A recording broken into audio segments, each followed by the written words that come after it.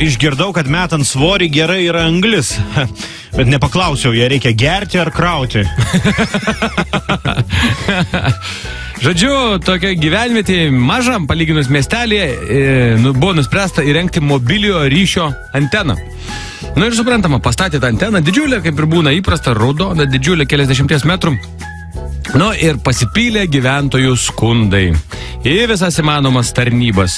Reiškia, kad spinduliuoja, kad kažkas susirgo, kad kažkam galvą skauda nuolat, kad kankina nuolat nemiga. Ir žodžiu, taip, toliau panašiai.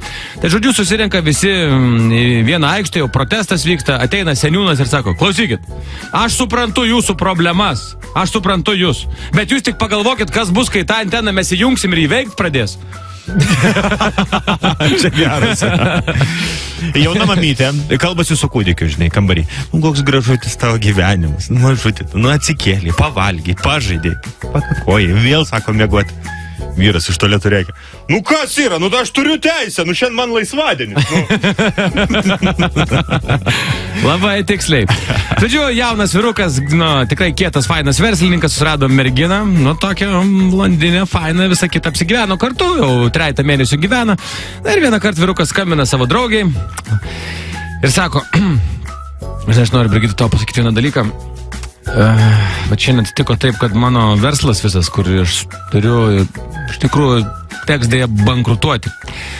Ir kažkaip baigis pokalbis, taip nemaloniai, vyrukas grįžo namo, žiūri, jo merginos jau seniausiai nėra, visi drabužiai, viskas surinkta, papuošaliukai sudėti, išsikraušius, pustuštis butas, tik jo daiktai.